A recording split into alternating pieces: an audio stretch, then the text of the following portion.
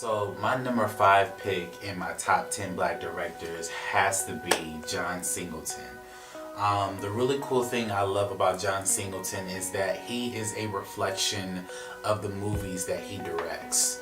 And what I mean by that is that if you watch his films, from movies like Boys in the Hood to Poetic Justice to Shaft to even something as Too Fast, Too Furious, you can see his print on each individual film that he's put out. He created a really dope, authentic story called Boys in the Hood. Like, where as black people, we live in a hood where we barbecue, we interact with family members, everybody's your cousin in the movie, and on top of that, we deal with the trials and tribulations of what's going in the hood, gang-related stuff. We deal with, the streets. We deal with, people not liking us because of the fact we're in the hood. And the really cool thing I love about Boys in the Hood is that we saw Lawrence Fishburne's character basically being a voice for the community, and not only that, like, he's actually being a father to his son. We don't really see that, in movies, and people think that, oh well, since we have a lot of dudes and a lot of black people in the hood, there are no fathers there. No, there are fathers there, But when we see Lawrence Fishburne like being a voice to some of these people who live in these areas, that is somewhat an unknown norm to most who don't have that. And that movie, in my opinion, is a classic. It stands the test of time. The one thing I love about his storytelling, in particular that movie, is that John Singleton is a truthful director, and I like to call him a truthful director because, again, his films are a reflection of him, of him as a person. He's not afraid to break barriers. He's not afraid to tell the unpopular thing. He's not afraid to walk up to someone and say, hey, listen, because of the fact that I am black, you have more opportunities than I do because of my skin color.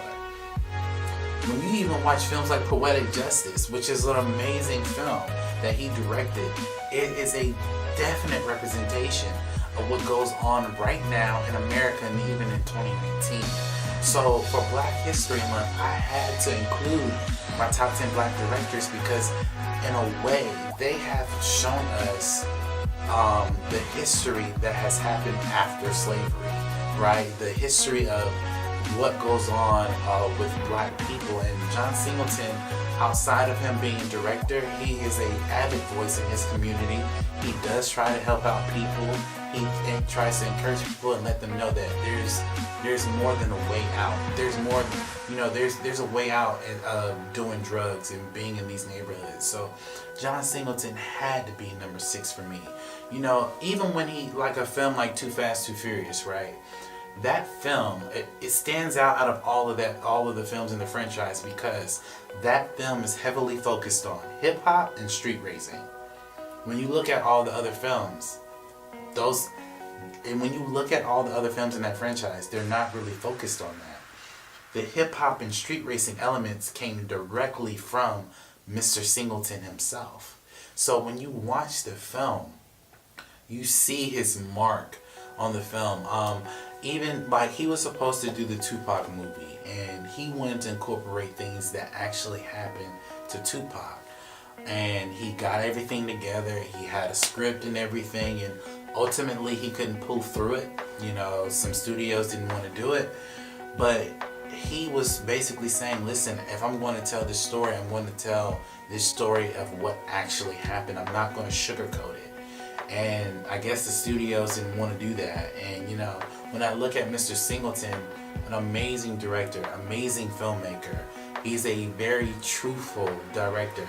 Even when you look at a movie like Shaft, which is actually very cool, very subtle as well, he knows how to tell a story of how basically a black James Bond would be in his community.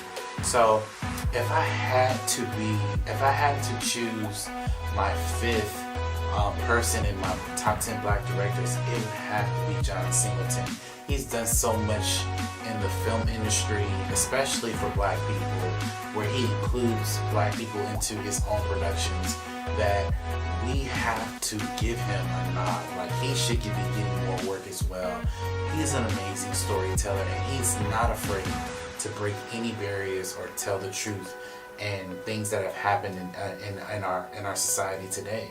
So my fifth pick would have to be John Singleton, no doubt. Thank you guys for watching this video. Go ahead and subscribe to my YouTube page to get more exclusive content coming from my YouTube channel. And if you want to watch my previous videos, go ahead and click on this video up here or this video down here, where you get to see more exclusive content coming from my channel.